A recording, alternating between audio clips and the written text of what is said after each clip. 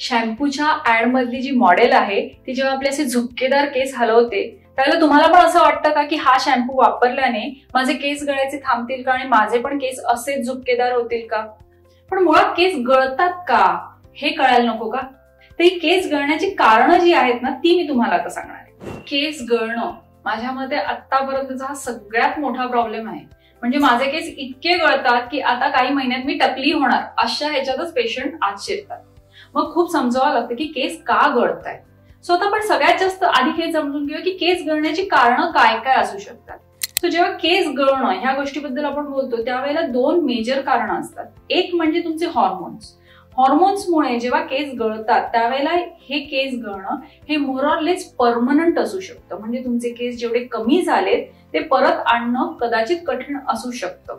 पण हे केस जे आहेत ना हे काही स्पेसिफिक वेज मध्ये गळतात. म्हणजे काही स्पेसिफिक ठिकाणावर तुम्ही बघाल केस गळतात ते अगदी माझी भांगच पाकत चाललेला आहे किंवा मला इथेच कमी केस वाटतायत किंवा अगदी पुरुषांमध्ये बघायला गेलं तर आपल्याला माहितीये काय की आजकाल त्याला नावं पण आहेत. एम पॅटर्न म्हणजे इकडून इकडून केस पाठी गेले, इथे दिसायला लागले. सो हे जे पॅटर्न आहेत ह्याच्यामध्ये हॉर्मोन्स हे सगळ्यात महत्वाचा रोल प्ले करतात. सो हे हॉर्मोन्स आहेत ते जास्त असतात का? असू शकतात. पण मोस्ट ऑफ द टाइम हे जे आहे हे जेनेटिक असतं म्हणजे अनुवंशिक असू शकतं. तुमच्या फॅमिलीमध्ये जर आधी कोणाला असा त्रास असेल तर ते तुम्हाला होण्याचे चान्सेस जास्त असतात. आणि ह्याच्या ज्या ट्रीटमेंट्स असतात ह्या पूर्णपणे वेगळ्या असतात. त्यासाठी काही स्पेसिफिक मेडिसिन्स द्यावी लागतात. पण इन जनरल जेव्हा केस गळत असतात ना त्यावेळेला त्या केसांना न्यूट्रिशनची खूप गरज असते. न्यूट्रिशन म्हणजे काय? तर आहारातून मिळणारे आपली जी जीवनसत्व आहेत ती जीवनसत्व खूप महत्वाची असतात. तर का? तर केस हे शरीरातला एक सगळ्यात महत्वाचा आणि जास्तीत जास्त न्यूट्रिशन वापरणारा अवयव आहे. केसांमध्ये रोजच्या रोज नवीन पेशी तयार होत असतात तेव्हाच त्यांची वाढ होते. मग ह्या पेशी तयार होण्यासाठी जे न्यूट्रिशन लागणार आहे ही न्यूट्रिशन आपल्याला आहारातून मिळत नसेल तर त्याची कमतरता तयार होते आणि त्यामुळे केस गळतात. आणि हे सगळ्यात महत्वाचं कारण आहे.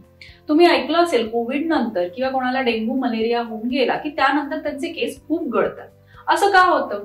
तर असं जेव्हा आजारपण येतं त्यावेळेला शरीरामध्ये जे न्यूट्रिशन आत येत असतं तर शरीर असं ठरवतं की आपल्याला आता स्ट्रेसफुल सिच्युएशन आहे, शरीर हे एखाद्या विषाणूशी किंवा आजाराशी लढतंय, त्यावेळेला येणारं न्यूट्रिशन हे केसांना न देता शरीर ते आपल्या महत्वाच्या अवयवांसाठी जसं हार्ट, किडनी, लिव्हर यांच्यासाठी जपून ठेवतं. आणि तुमच्या केसांना त्यावेळेला ते न्यूट्रिशन दिलं जात नाही. इनफॅक्ट त्यावेळेला शरीर डिसाईड करतं की काही प्रमाणात केस गळून जावेत सो दॅट त्याला निघणारं जे न्यूट्रिशन आहे ते मी मला बाकीच्या अवयवांसाठी वापरता येईल. सो असं जेव्हा होत असतं त्यावेळेला न्यूट्रिशनल डेफिशियन्सीज तयार होतात आणि आपले केस गळतात. मग सगळ्यात सोपं काय की तुमचा आहार जेव्हा तुम्ही त्याप्रमाणे बदलाल, तुमच्या आहारामध्ये म्हणजे अगदी पूर्वी 4थीच्या 2रीच्या पुस्तकात जे समतोल आहाराचं चित्र असायचं ना त्या आहाराकडे जेव्हा तुम्ही जाल त्यावेळेला केस गळणं कमी होऊ शकतं. पण खूपदा असं होतं की तो आहार घेणं कधी कधी पॉसिबल नसतं किंवा आपण तो घेत जरी असलो तरी शरीरात ते किती ऍब्झॉर्ब होईल हेही माहिती नसतं. मग अशा वेळेला सिंपल न्यूट्रिशन की कॅल्शियम, आयर्न, बी कॉम्प्लेक्स ह्या सगळ्या न्यूट्रिशनमुळे तुमची केस गळती कमी होऊ शकते. म्हणजे आपण कुठे काय बोलतोय की केस गळतीचा आणि तुमच्या आहाराचा हा खूप जवळचा संबंध आहे.